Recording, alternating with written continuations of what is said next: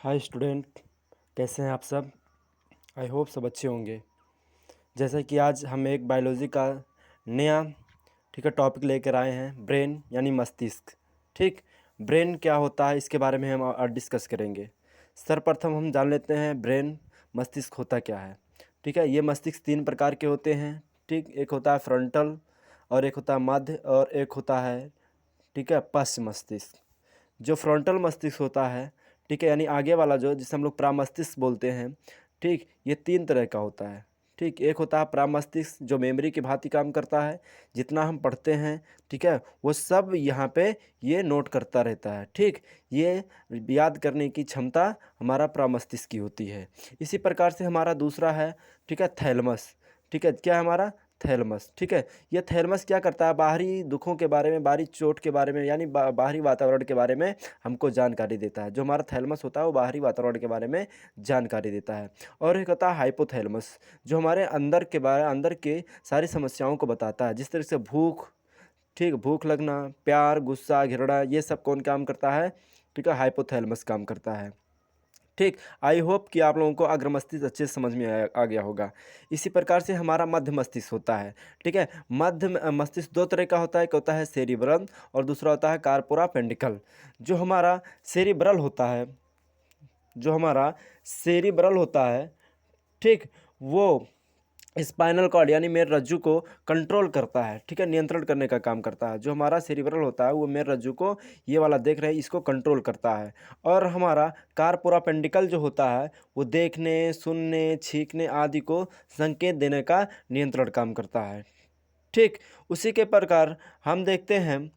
ठीक, तीसरा हमारा जो पार्ट है वो है पश्च मस्तिष्क। ठीक, यानी पीछे का जो मस्तिष्क होता है उसे हम लोग पश्च मस्तिष्क बोलते हैं। ये दो तरह का होता है, एक होता है सेरिबेलम और एक होता है मेडुला ऑब्लोंगाटा। ठीक, तो जो सेरिबेलम होता है, ठीक, वो कह सकते हैं कि मस्तिष्क का दूसरा सबसे बड़ा भाग होता है। ठीक, इसका कार्य शरीर का बैलेंस बनाने में होता है। इसका सबसे महत्वपूर्ण काम होता है शरीर का बैलेंस बनाने में, जिस कारण इसका एग्जांपल ले सकते हैं कि हम नृत्य करते हैं और नृत्य करते करते हमको क्या पता रहता है कि पैर कहाँ रखता है, तो इसका संकेत कौन देगा, ठीक है, सेरिबेलम देगा। इसी तरीके से आप देख सकते हैं कि जो दारू पीने वाले रहते हैं, जो अल्कोहलिक ड्रिंक किए रहते हैं, उनका सेरिबेलम ही चौपट हो जाता है, जिसके कारण से वो दारू पीने के बाद या अल्कोहल ड्रिंक करने के बाद इधर उधर डगमगाते रहते हैं। ठीक, इसी प्रकार से हमारा मेडुला ऑब्लोंगाटा है, जो, ठीक है, पश्च मस्तिष्क का दूसरा भाग है। तो मेडुला ऑब्लोंगाटा क्या, श्वसन, पाचन तथा एपिग्लोटिस को नियंत्रित करने का काम करता है।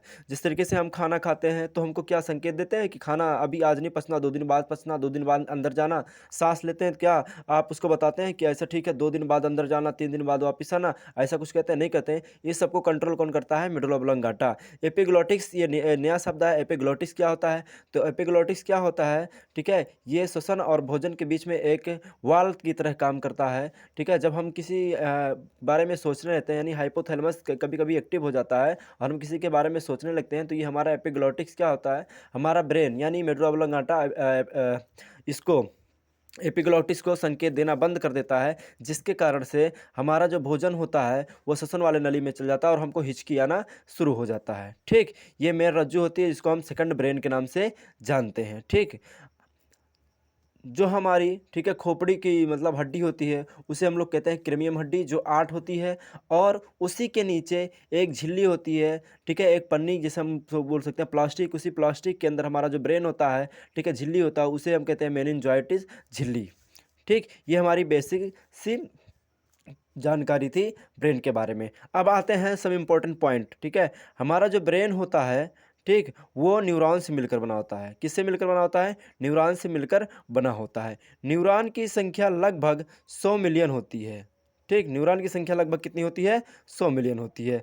इसमें केंद्रिकाएं नहीं पाया जाता है। आप लोगों ने देखा होगा कि हमारा जो कोशिका होता है उसमें न्यूक्लियस पाए जाते हैं, लेकिन हमारा जो ब्रेन का जो सेल होता है यानी कि न्यूरॉन होता है, उसमें क्या नहीं पाया जाता है, केंद्रक नहीं पाया जाता है, जिसके कारण इसमें कोशिका विभाजन नहीं होता है। इसी कारण से जब सर में चोट वोट लग जाते हैं तो जल्दी से कैंसर बना लेता है, और ठीक जल्दी नहीं होता। कारण ये होता है कि उसमें क्या होता है, कोशिका विभाजन ही नहीं होती है।